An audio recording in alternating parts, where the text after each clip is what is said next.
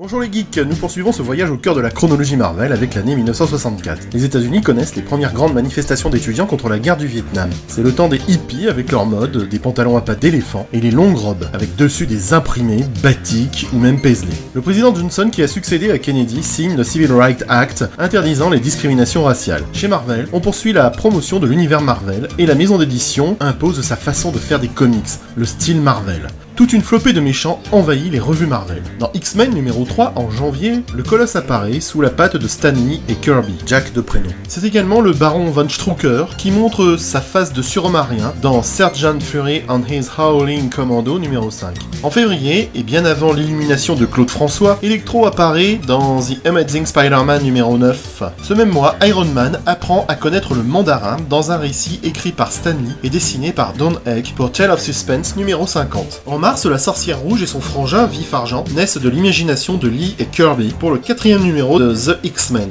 Les deux jumeaux commencent leur carrière dans la confrérie des mauvais mutants, dirigée par Magneto. Ce sont également le crapaud et le cerveau, maîtres des illusions, qui feront leur apparition dans le numéro 4 des X-Men. Dans The Avenger numéro 4, Captain America est de retour. Ce personnage avait été créé en mai 1941 par Jack Kirby et Joe Simon. C'est Stan Lee qui est chargé de le faire revivre, suite à un abondant courrier des lecteurs. Congelé dans un bloc de glace à la fin de la Deuxième Guerre mondiale, le Captain sort de son hibernation pour intégrer les Vengeurs. Pour son retour dans le monde des éveillés, si je puis dire, le vieux Captain affronte Namor, oubliant totalement qu'ils avaient fait équipe contre les nazis dans les années 40. Ah, l'amnésie, c'est bien pratique pour gommer les incohérences du scénario. Pas dire ça, man. Oh si que je peux, oh que si. Non, laissez-vous. Non. En avril, normalement, on ne se découvre pas d'un fil d'araignée, car venue des fins fonds glacés de la Russie, la belle Natasha Romanova vient capturer Iron Man. La Veuve Noire apparaît donc dans Tale of Suspense, numéro 52, pour le plus grand plaisir de votre serviteur.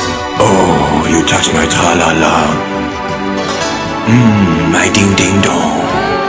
Une autre femme fatale apparaît en avril dans Journey into Mystery numéro 103. C'est Amora. Quoi? Mais non, c'est pas la moutarde. Mais la Vénus nordique d'Asgard, plus connue sous le nom de l'Enchantresse. Oh, you touch my tra-la-la. My ding-ding-dong.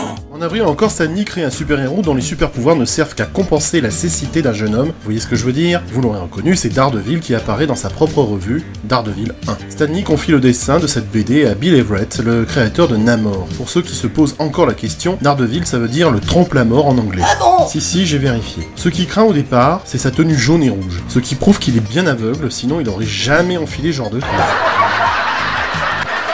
En juillet, l'un des plus farouches ennemis de l'araignée apparaît dans Amazing Spider-Man numéro 14, il s'agit du Bouffon Vert. Le Baron Zemo apparaît en juillet dans The Avenger numéro 6 et se présente comme le responsable de la mort de Bucky Barnes et des événements qui ont conduit le Captain à être enfermé dans de la glace. Il est entouré des Maîtres du Mal, composés du Chevalier Noir, apparu dans Tale to Astonish numéro 52, du Fondeur, apparu dans Tale of Suspense numéro 47, et de l'Homme Radioactif, apparu dans Journey into Mystery numéro 93. En août, c'est au tour du chasseur Kraven de faire ses premiers pas dans Amazing Spider-Man numéro 15. De même, le Maître du Temps apparaît officiellement dans The Avenger numéro 8, sauf qu'en fait il était déjà apparu bien avant dans Fantastic Four numéro 19 en octobre 63 sous les traits de Ramatout, mais il change d'identité pour affronter les Vengeurs. Vous suivez? Ouais, ça va, t'es assez clair comme mec. Stan Lee édite un Amazing Spider-Man Annual numéro 1 pour faire un épisode incroyable où l'araignée affronte le Docteur Octopus, le Vautour, Electro, l'Homme Sable et Kraven. Et toujours en septembre, un drôle d'oiseau apparaît dans Tale of Suspense numéro 57, il s'agit d'Œil de Faucon. Il affrontera Iron Man après avoir été manipulé par la Veuve Noire. Oh, you touch my tra-la-la. Laissez-vous. Non. En octobre, Vert de Rage, le pauvre Hulk qui n'avait pas de revue depuis 1963 revient dans Tale to Astonish numéro 60 aux côtés de Giant Man. Du côté d'Avenger numéro 9, Wonder Man fait son apparition.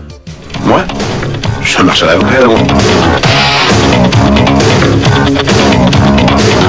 Ah mais non, mais ça n'a rien à voir, oh là là.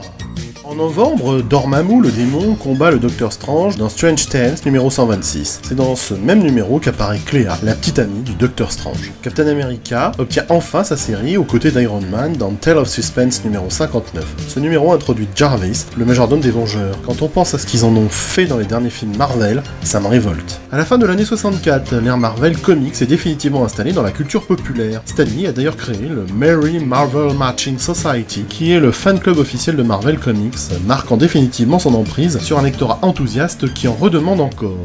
Le temps des sagas marveliennes est venu, et c'est ce que nous verrons d'ailleurs dans la prochaine vidéo de Marvel's Chronology. A bientôt les geeks.